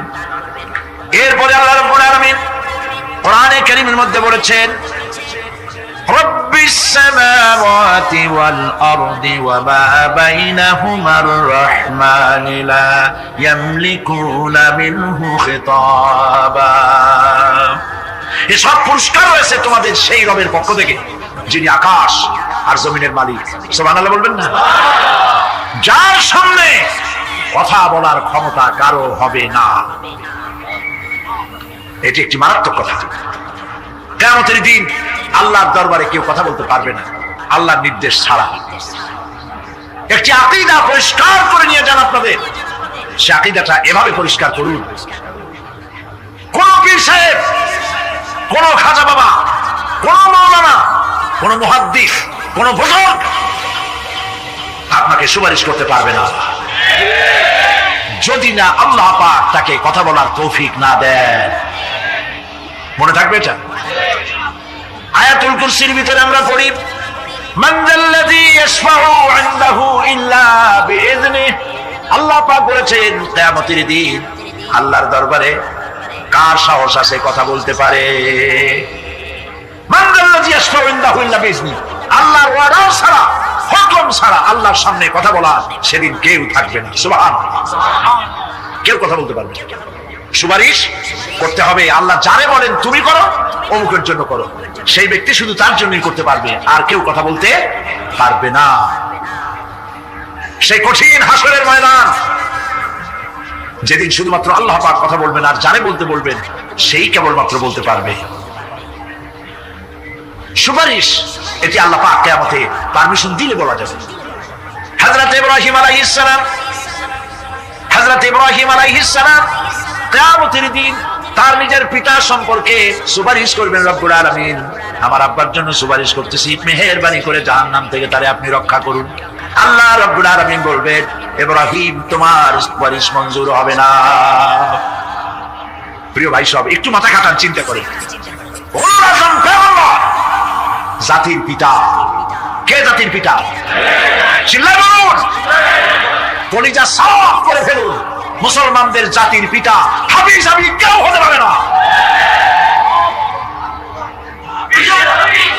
মিল্লাতা আবিকুম ইব্রাহিম, ইব্রাহিম আলাইহিস সালাম এই মিল্লাতের পিতা। সুবহানাল্লাহ। হযরত ইব্রাহিম আলাইহিস সালাম কিয়ামতের দিন বলবেন, আল্লাহ আমার আব্বার জন্য সুপারিশ করছি। আল্লাহ পাক বলবেন মঞ্জুর হবে না। আসর তোমার পিতা হতে পারে, কিন্তু আমার খলিলকে আগুনে ফেলার জন্য নমরুদকে সে সহযোগিতা করেছে, আমি তোমার পিতাকে ক্ষমা করব না। নবী করিম সাল্লাল্লাহু আলাইহি সাল্লামকে সাহাবায়ে কেরাম জিজ্ঞেস করেছেন, হে রাসূল আপনার আব্বা এবং আম্মার অবস্থা কি হবে? নবী করিম সাল্লাল্লাহু আলাইহি সাল্লাম কেঁদে ফেলেছেন, সাওয়াব করেছেন, আমি তাদের কোনো উপকারে আসব না। আল্লাহু আকবার। আপনি মনে করছেন নাকি যে ইয়া নবী সালাম আলাইকা বলি অমনি নবী সুপারিশ পাবেন? এত সহজ। কতগুলো রসগোল্লা খাইলেন আর বড় একটা মিছিল করলেন আর উনি চলে যাবেন? পৃথিবীর সব মানুষ, সাহাবায়ে কেরাম বাদ দেন, পৃথিবীর সমস্ত মানুষ একত্রিত হয়ে আবু তালেব রাসূলুল্লাহকে যে ভালোবেসেছেন, ওর 1000 ভাগের 1 ভাগও সারা দুনিয়ার মানুষ রাসূলুল্লাহকে ভালোবাসতে পারবে? পারবে? নিজের ছেলে আলীকে, আলী রাদিয়াল্লাহু তাআলা আনহুকে আলাদায় বিছানায় শোয়াইয়া, ছোট্ট মানুষ হযরত আলী আলাদা জায়গায় রাখিয়া মুহাম্মদুর রাসূলুল্লাহ সাল্লাল্লাহু আলাইহি ওয়াসাল্লাম এতিম মানুষ তারে কলিজার সাথে বুকের মধ্যে আশ্রয় তো দিয়ে আগলে রেখেছেন বুক করে। সেই আবু তালেব মৃত্যুর সময় নবী করিম সাল্লাল্লাহু আলাইহি ওয়াসাল্লাম বলেছিলেন, চাচা একটি বার আমার কানে তাওহীদের কালেমা শোনায় দেন। আবু তালেব তার কিসমতে ছিল না কালেমা। মরে যাওয়ার পর একজন সাহাবী বলেছিলেন, ইয়া রাসূলুল্লাহ, মৃত্যুর সময় আবু তালেবের মুখ আমি নড়তে দেখেছি, তিনি কালেমা পড়েছেন সম্ভবত। রাসূলুল্লাহ সাহেব পড়েছেন, আমি শুনি নাই। এত ভালোবাসার পরেও হাদিস শরীফে এসেছে আবু তালেব জাহান্নামে যাবে। কোথায় যাবে? জাহান্নামে। সবচাইতে কম আযাব হবে কার? আবু তালেবের। কম আযাবটা কি? হাদিস শরীফে এসেছে কম আযাব হলো জাহান্নামের আগুন দিয়ে এক জোড়া জুতা তৈরি করে আবু তালেবের পায়ে পরিয়ে দেওয়া হবে। সেই জাহান্নামের আগুনের তৈরি করা জুতার তাপে আবু তালেবের মাথার ঘিলুগুলো টকবক করে বউ পড়তে লাগবে। এত ভালোবেসে যদি কিয়ামতের উপায় না হয়, আপনি ইয়া নবী সালাম আলাইকা, ইয়া রাসূল সালাম আলাইকা আর কতগুলো জিলাপি খাইলেন, বড় একটা মিছিল করলেন। প্রিয় ভাই সব, এইসব বিদআত ছাড়ুন, এগুলো সুস্পষ্ট বিদআত। রাসূলুল্লাহকে ভালোবাসবেন, সাহাবীরা যেভাবে ভালোবেসেছেন ওইভাবে ভালোবাসবেন। আল্লাহ রাব্বুল আলামিন বলেন, যালিকাল ইয়াউমুল হক ফামান শাআ আত্তাখাযা ইলা রাব্বিহি মাআবা। এই দিনটি অবশ্যই আসবে, সেদিনটি নিশ্চিতভাবে আসবে। আর এখন যার ইচ্ছা সে তার রবের দিকে অগ্রসর হোক। ইন্না আনজারনাকুম আযাবান করিবান ইয়াওমা ইয়ানজুরুল মার'উ মা কদ্দামাত ইয়াদাহু ওয়া ইয়াকুলুল কাফিরু ইয়া লাইতানি কুনতু তুরাবা। ইন্না আনজারনাকুম আযাবান করিবা, খুব নিকটবর্তী একটি আযাব সম্পর্কে আমি তোমাদেরকে সতর্ক করে দিলাম। কে বলতেছে? আল্লাহ পাক। লক্ষ্য করুন আল্লাহ কি বলছেন, খুব নিকটবর্তী একটি কঠিন শাস্তি, আযাব অর্থাৎ কিয়ামত, এ সম্পর্কে আমি তোমাদেরকে সতর্ক করে দিলাম। ইয়াউমা ইয়ানজুরুল মার'উ মা কদ্দামাত ইয়াদা, সেদিন প্রত্যেকটি লোক যা সে পাঠিয়ে দিয়েছিল এখানে, অর্থাৎ যা করেছিল সেগুলি সে দেখতে পাবে। আর তখন ওয়ায়াকুলুল কাফিরু ইয়া লাইতানি কুনতু তুরাবা, সেই কিয়ামতের ময়দানে অবস্থা দেখে কাফেররা বলবে, আরে মানুষ না হইয়া যদি মাটি হইয়া যেতাম, যদি মাটি হতাম, যদি মানুষ না হয়ে না জন্মতাম, আজ এই হাসরের ময়দানে এইখানে এই বিচারের মুখোমুখি হতাম না, মাটি হইলে বরং অনেক ভালো হতো।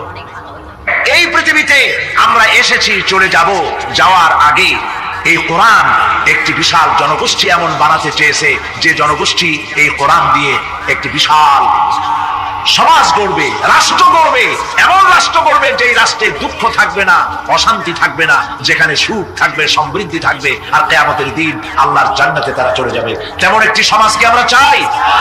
সবাই বলেন, সেরকম একটি সমাজকে আমরা চাই। প্রিয় ভাই সব, কিয়ামতের দিন আমরা যেতে চাই জান্নাতে। কোথায় যেতে চাই বলেন? জোরে বলেন। এই জান্নাতে যাওয়ার জন্য, এই জান্নাতে যাওয়ার জন্য দুইটা কাজ করতে হবে। কয়টা কাজ?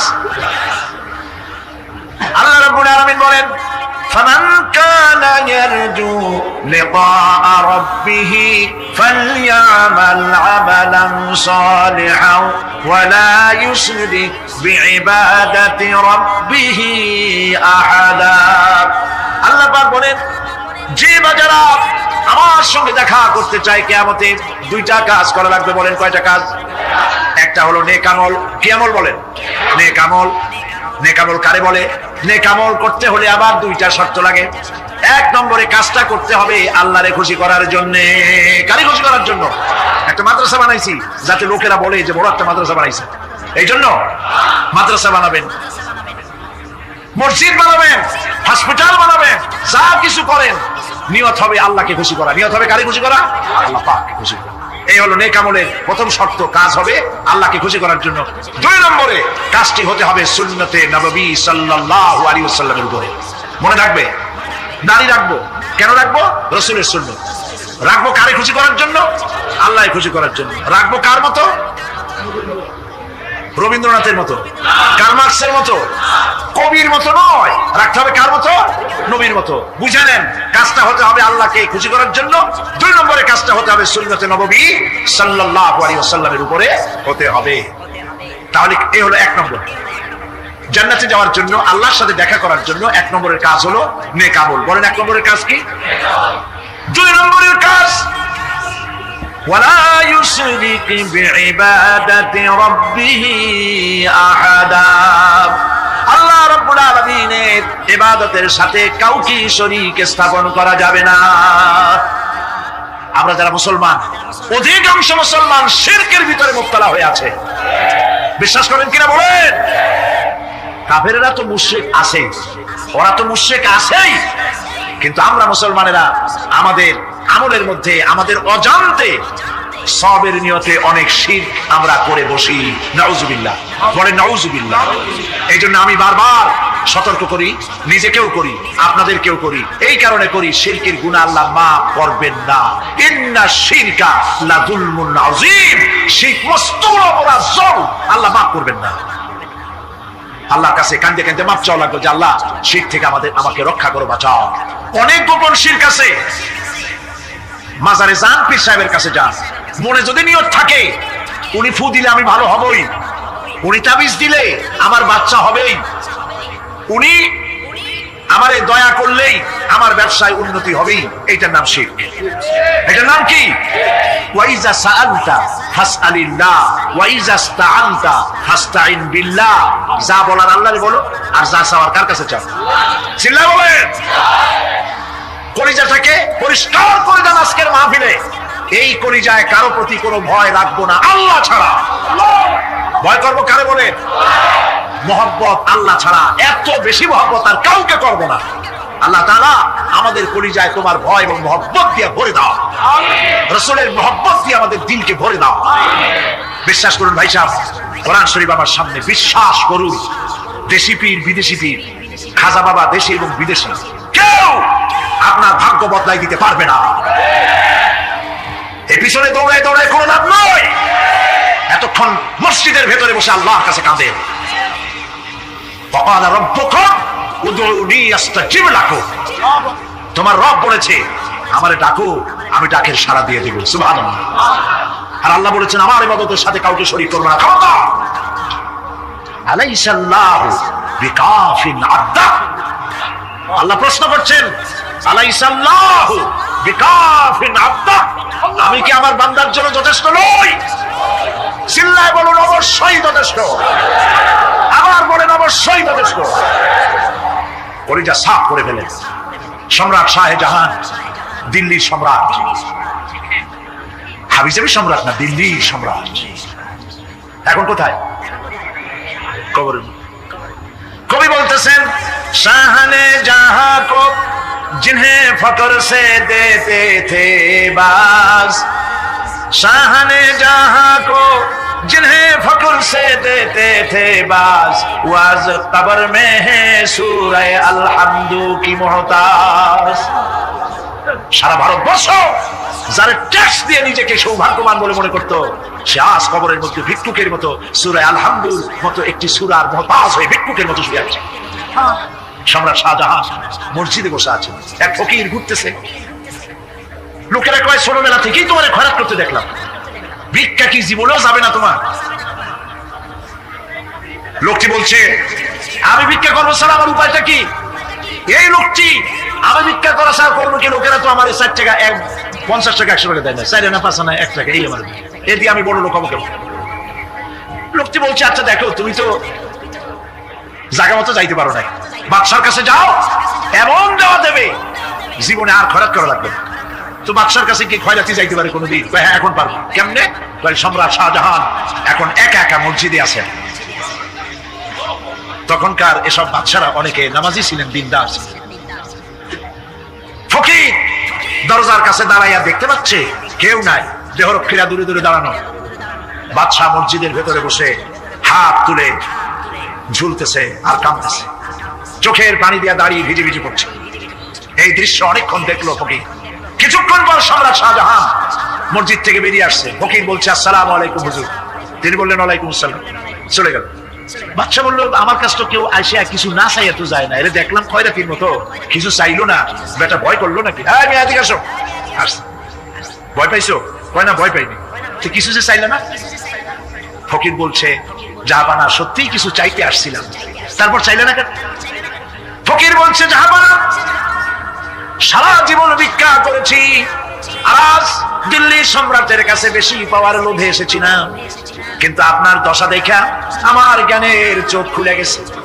আমি লক্ষ্য করে দেখলাম আমি সম্রাটের কাছে চাইতে এসেছি, হাত তুলি নাই, বিনয় প্রকাশ করি নাই, চোখের পানি ফেলি নাই, কিন্তু লক্ষ্য করে দেখলাম দিল্লির সম্রাট আমার চাইতেও বড় ভিক্ষুকের মতো আবার কোন সম্রাটের কাছে হাত তুলে কান্দে। আমার জ্ঞানের চোখ খুলে গিয়েছে, আমি বুঝতে পেরেছি সম্রাট কান্দে যেই সম্রাটের কাছে, তারে ছাড়া আর কারো কাছে জীবনে চাইব না। এই কথাই সূরা ফাতিহায় প্রত্যেকদিন পড়ি, বুঝি না কি পড়ি? ইয়াকা না'বুদু ওয়া ইয়াকা নাস্তাঈন। আয় আল্লাহ, একমাত্র তোমার গোলামি করি আর তোমার কাছে সাহায্য চাই, তুমি ছাড়া কারো কাছে সাহায্য চাই না।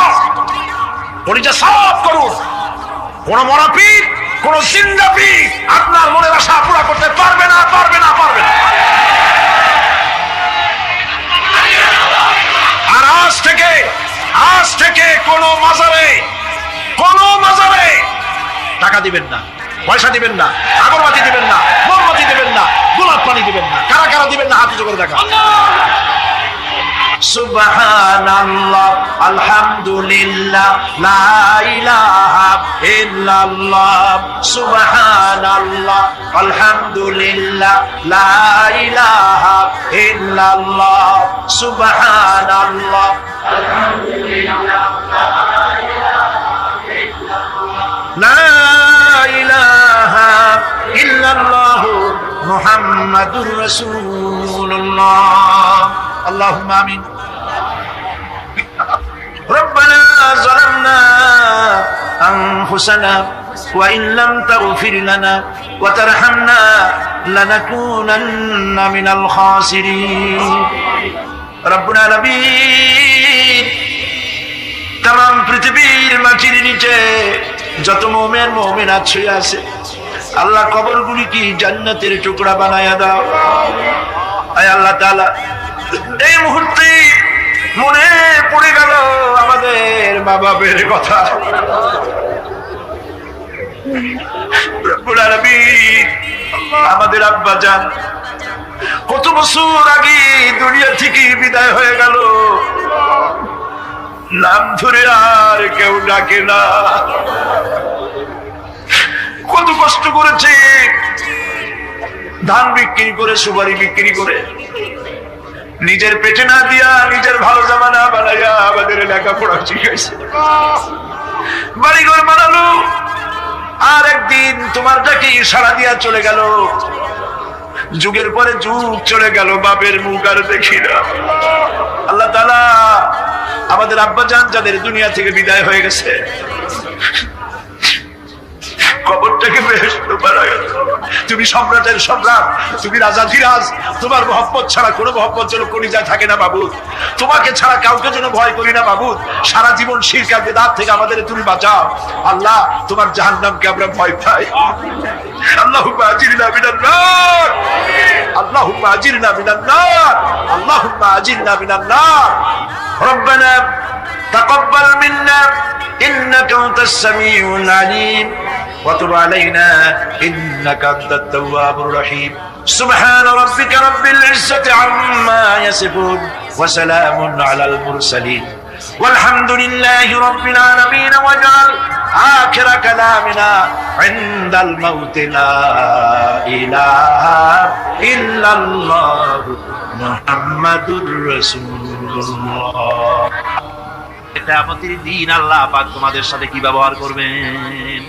এই আয়াত নাযিল হওয়ার পর আল্লাহর হাবিব তার মেয়েকে ডাকলেন, জামাইকে ডাকলেন, নাতিদেরকে ডাকলেন, আহলে বাইতদেরকে ডাকলেন, আর বললেন, ও আমার মেয়ে কলিজার টুকরা ফাতেমা গো, শোনো, কেবলমাত্র আয়াত নাযিল হয়ে গেল, আল্লাহ পাক আমাকে শোনাইছে কিয়ামতের দিন আমি জানি না আমার সঙ্গে কি ব্যবহার করা হবে, আর এও জানি না যে তোমাদের সাথে কি ব্যবহার করা হবে। ও আমার কলিজার টুকরা মেয়ে ফাতেমা, কিয়ামতের দিন মুহাম্মদ সাল্লাল্লাহু আলাইহি সাল্লামের মেয়ে এই হিসাবে তোমার নাজাতের ফয়সালা হবে না। ও আমার কলিজার টুকরা নাতি হাসান আর হোসেন, কিয়ামতের দিন মুহাম্মদ সাল্লাল্লাহু আলাইহি সাল্লামের নাতি হিসাবে ফয়সালা হবে না। ও আমার জামাই হযরতে আলী, কিয়ামতের দিন আমার জামাই হিসাবে নাজাতের ফয়সালা হবে না। আমল যদি ভালো হয় ফয়সালা ভালো হবে, জান্নাতে চলে যাবে। আমল যদি খারাপ হয় কার নাতি কার জামাই দেখা হবে না। সুবহানাল্লাহ, কঠিন কিয়ামতের মাস। এই পরকালের বিশ্বাস যদি কলিজার মধ্যে ঢোকে মানুষ ভালো হয়ে যাবে। কোন সুবহানাল্লাহ। আপনাদের দৃষ্টিতে পারবে কথার জবাব যে দিলেন না। পুলিশে কি মানুষের চরিত্র ভালো বানাইতে পারবে? পুলিশের চরিত্র ভালো বানাবে কেনা, সেটাই তো কথা। মানুষের চরিত্র যাতে ভালো থাকে, মানুষের জন্য খারাপ কাম না করে সেজন্য পুলিশ। পুলিশ যাতে খারাপ কাম না করে সেজন্য আরো একটা ডিপার্টমেন্ট আছে। তারা যাতে খারাপ কাজ না করে সেজন্য আরেকটা আছে। এন্টি করাপশনের আবার এন্টি করাপশন আছে, তার উপর আবার এন্টি করাপশন আছে। এন্টিটার অভাব নাই। সুতরাং পুলিশ দিয়া, বিডিআর দিয়া, আর্মি দিয়া মানুষের, দেশের, জাতির চরিত্র ভালো বানানো যায় না। রাসূলুল্লাহ এ দিয়ে বানান না, এটা ইসলামের নিয়ম নয়। পুলিশ দিয়া, আর্মি দিয়া দেশের মানুষের চরিত্র ভালো বানানো যায় না। চরিত্র ভালো বানানো যায় কেবলমাত্র পরকালের ভয় দিয়া। কি কিসের ভয় দিয়া? ওই যে মক্কার জীবনে ওই সমস্ত মানুষগুলি যারা চুরি করতো, ডাকাতি করতো, জিনা করতো, বদমাশি করতো, যারা শয়তানি করতো, যারা মানুষকে খুন করতো, এই মানুষগুলি এত ভালো হয়ে গেল। যারা চুরি ছেড়ে দিল, ডাকাতি ছেড়ে দিল, জিনা ব্যভিচার ছেড়ে দিল, এত ভালো হয়ে গেল। পৃথিবীর মধ্যে সেরা মানুষ তারা হয়ে গেলেন। জোরে বলেন সুবহানাল্লাহ।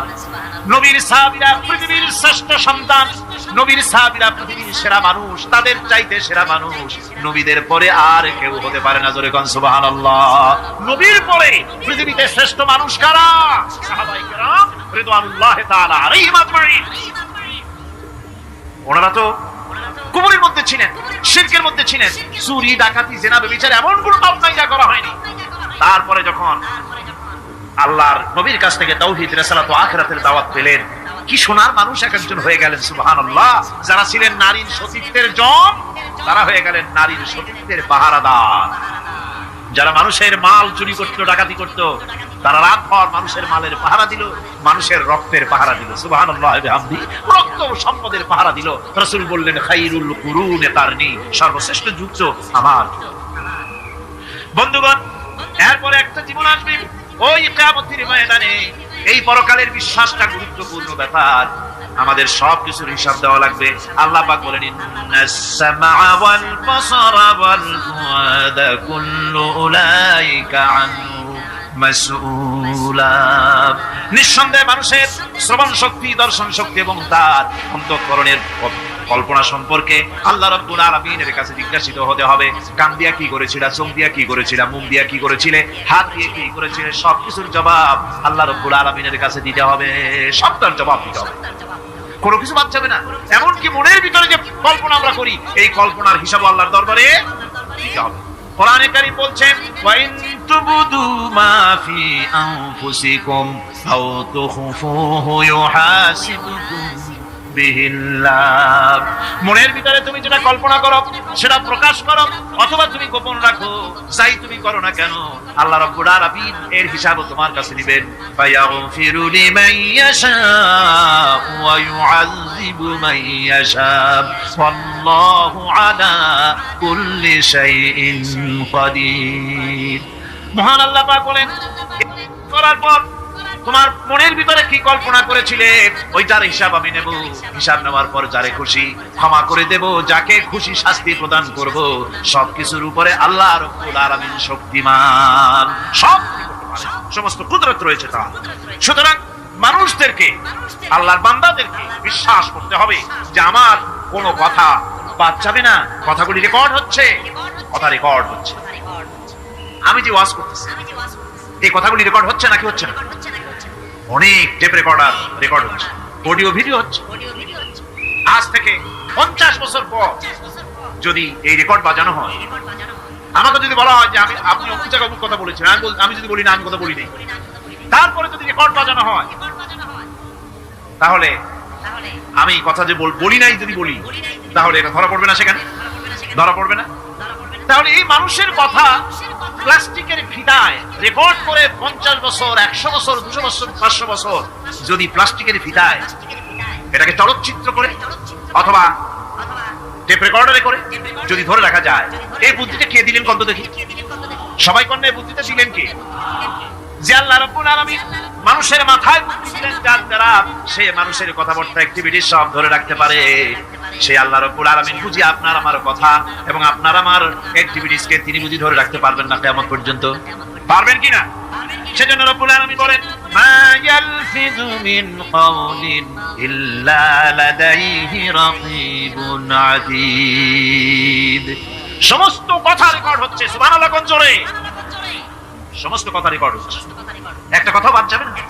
মুখ আছে বলেই কথা বলবে তা না, হিসাব করে কথা বলতে হবে। গীবত করা যাবে না, মিথ্যা কথা বলা যাবে না, মিথ্যা ওয়াদা করা যাবে না। মিথ্যা ওয়াদার তো মৌসুম এসে গেছে। বিগণ বোঝেন কথা? হ্যাঁ, মিথ্যা ওয়াদা মৌসুম এসে গেছে। এখন মৌসুমে বাহার, মিথ্যা বলার।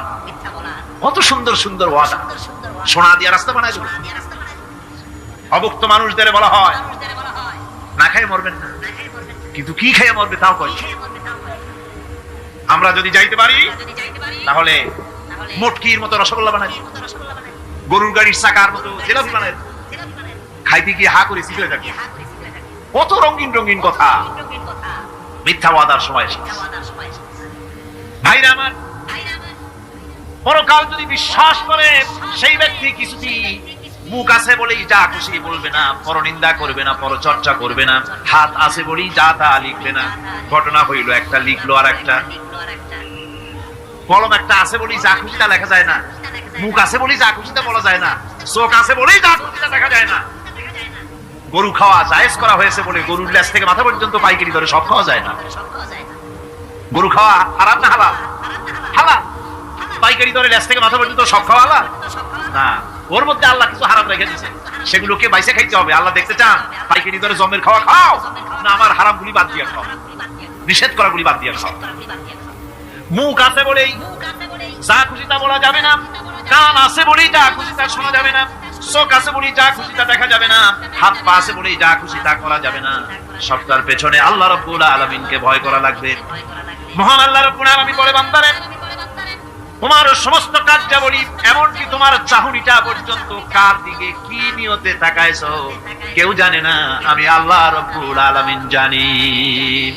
وَيَعْلَمُ خَائِنَةَ الْأَعْيُنِ وَمَا تُخْفِي الصُّدُورُ।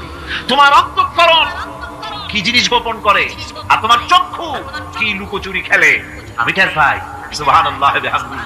চশমার ফাঁক দিয়া কি দেখো, কানে দেখো, কি নজরে দেখো, সানগ্লাস পরিয়া কেউ ঠিক পায় না, আমি ঠিক পাই। সুবহানাল্লাহ, জোরে কান সুবহানাল্লাহ। সুতরাং চোখের নজরের হিসাব হবে, হাতের কাজের হিসাব হবে, পায়ের চলার হিসাব হবে, আপনার বলার হিসাব হবে, মুখে যা বলেছেন, যা করেছেন, হাত পাও দিয়ে যা করেছেন সবকিছুর হিসাব হবে কিয়ামতের দিন। আল্লাহর দরবারে সবকিছু উপস্থিত হবে, কোন জিনিস বাদ পড়বে না। ফামান ইয়ামাল মিসকালা যাররাতিন খায়রান ইয়ারা ওয়া মান ইয়ামাল মিসকালা যাররাতিন শাররান ইয়ারা। ছোট্ট একটা ভালো কাজ যদি করো তাও হাজির করা হবে, সামান্যতম ভালো কাজও তোমার বাদ পড়বে না। আর ক্ষুদ্রতম কোন খারাপ কাজ করলে তাও উপস্থিত করা হবে, সব তোমার সামনে, কোন জিনিস বাদ পড়বে না, সব দেখতে পাবে কিয়ামতের দিন। ভালো কাজটাও আর খারাপ কাজটাও আল্লাহর কাছে সেদিন আল্লাহ পাক মানুষের সামনে উপস্থিত করে দিবেন। আল্লাহ পাক বলছেন, সেদিন এই জমিন তার ভিতরে যা লুকায়িত ছিল জমিন সব বের করে দেবে। কান্নাহুম জারাদুম মুনতাশির। টিড্ডি, ফড়িংগুলি, পোকাগুলি মাটি থেকে যেমন বেরোয়, এই মাটির ভিতরে যা আছে কিয়ামতের দিন সব মাটি বের করে দেবে। ইযা যুলজিলাতিল আরদু জিলজালাহা ওয়া আখরাজাতিল আরদু আসকালাহা ওয়া ক্বালাল ইনসানু মা লাহা। এই জমিনকে ঝাঁকি মারা হবে প্রবল এক ঝাঁকুনি, প্রবল এক ঝাঁকুনিতে এই পৃথিবীর মধ্যে যা কিছু আছে সব দেখে সুবহানাল্লাহ কইতে ইচ্ছা করে না মিয়ারা? এক ঝাঁকুনিতে পৃথিবী সব বের করে দেবে। মানুষ হয়রান হয়ে বলছে, কি হয়েছে, এ মাটির হলোটা কি? আমার বন্ধুগণ, মানুষ হয়রান হয়ে গিয়ে বলবে মাটির কি হলো? আল্লাহ রাব্বুল আলামিন বলেন ইয়াউমাইযিন তুহাদ্দিসু আখবারাহা বিআন্না রাব্বাকা আওহা লাহা। জমিনের উপরে যা ঘটেছে জমিন তা সব বের করে দেবে, সব প্রকাশ করে দেবে। আর এটা এই জন্য হবে যেহেতু তার রবের হুকুম হয়েছে, তার রব হুকুম করেছে বের করে দে। জমিনের ভিতরে আছে যা সব ভুলে যাবে, আকাশ ভেঙে পড়বে, পাহাড় উড়ে যাবে, জমিনের ভিতরে যা আছে সব উপরে চলে আসবে। পৃথিবীতে সব শেষ, কিচ্ছু নাই, আকাশ নাই, পাহাড় নাই, সমুদ্র নাই, সব একাকার, চন্দ্র নাই, সূর্য নাই, তারকা নাই, গ্যালাক্সি নাই, সব শেষ। আল্লাহ রাব্বুল আলামিন সমস্ত ফেরেশতাদেরকে শেষ করে দিবেন, সকলের মওত হয়ে যাবে, কেউ আর থাকবে না। এমনকি হযরতে আজরাইল মালাকুল মউত তিনিও থাকবেন না, সব আল্লাহ রাব্বুল আলামিন মৃত্যু করে দিবেন। এরপরে আল্লাহ রাব্বুল আলামিন একা তিনি বলবেন ইয়া দুনিয়া আইনা আনহারুকি, হে পৃথিবী তোর সেই সমুদ্রগুলো কোথায়, নদীগুলি কোথায়? ইয়া দুনিয়া আইনা আশজারুকি, হে দুনিয়া তোমার গাছগুলি কোথায়? এত বন বনানি, এত গাছ ছিল। ইয়া দুনিয়া আইনা জিবালুকি, হে পৃথিবী তোর জমিনে যত পাহাড় ছিল পাহাড়গুলি কই? যত স্বৈরাচার ছিল জমিনের উপরে, যারা স্বৈরাচারী কোন বৃত্তি নিয়ে মানুষ ধ্বংস করেছে, দেশ ধ্বংস করেছে, মায়ের বুক খালি করেছে, ওই স্বৈরাচার গুলি কই? কোনো জবাব নাই। আল্লাহ পাক এর পরে বলবেন লিমানিল মুলকুল ইয়াউম, কার রাজত্ব? আজকে রাজত্বটা কার? আল্লাহ তিনবার আওয়াজ দিবেন, আজকে রাজত্ব কার? আল্লাহ পাক যখন তিনবার করে ডাক দিবেন, কোনো জবাব নাই, কোনো জবাব নাই। কে জবাব দেবে? আল্লাহ রাব্বুল আলামিনের সামনে কার ক্ষমতা আছে কথা বলার? কেউ তো নাই, সব শেষ। আল্লাহ পাক বলবেন বিল্লাহিল ওয়াহিদুল কাহ্হার, একমাত্র পরাক্রমশালী আল্লাহ রাব্বুল আলামিনের রাজত্ব। সেই হাসরের মাঠে আমাদের সকলকে উপস্থিত হয়ে যেতে হবে, কেউ আমরা এখান থেকে বাঁচতে পারবো না, সবাই অপরাধীরা সেখানে অসহায় হয়ে যাবে, অপরাধীরা অসহায় হয়ে যাবে। আল্লাহ পাক বলেন ফাইযা জাআতিস সাখাতু ইয়াওমা ইয়াফিরুল মারউ মিন আখিহি ওয়া উম্মিহি ওয়া আবিহি ওয়া সাহিবাতিহি ওয়া বানি। অবশেষে যখন কান ফাটানো আওয়াজ আসবে, এই আওয়াজ সেদিন মানুষ নিজের মা বাপ ভাই বোন সব থেকে বিচ্ছিন্ন হয়ে যাবে, সব একের থেকে আরেকজন পালায় যাবে, হারায় যাবে, কেউ কাউকে আর খুঁজে পাবে না। সেদিন ওই কিয়ামতের মাঠে বিভীষিকাময় দৃশ্য, মানুষ হয়রান হয়ে যাবে।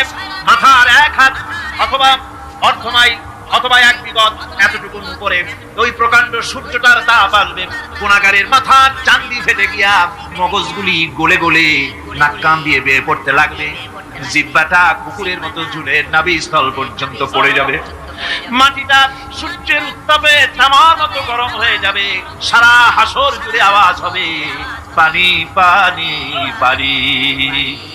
মানুষেরা হয়রান হয়ে যাবে সেই হাসরের ময়দানে। এই চরম কষ্টের ভিতরে আল্লাহ রাব্বুল আলামিন বলেন সেদিন দুটো ভাগ হয়ে যাবে, একদল মানুষের চেহারা আলোয় ঝলমল হয়ে যাবে, আর একদল মানুষের চেহারাগুলি কালো হয়ে যাবে। উজুহু ইয়াওমাইদিন মুসফিরাতুন দাহিকাতুন মুস্তাবশিরা ওয়া উজুহু ইয়াওমাইদিন আলাইহা গাবারা। আল্লাহ পাক বলেন এক শ্রেণীর মানুষের চেহারা হাস্যোজ্জ্বল ঝলমলে হয়ে যাবে, আর এক শ্রেণীর মানুষের চেহারাগুলি কালো হয়ে যাবে। তারহাকুহা কাতারা উলাইকা হুমুল কাফারাতুল ফাজারা।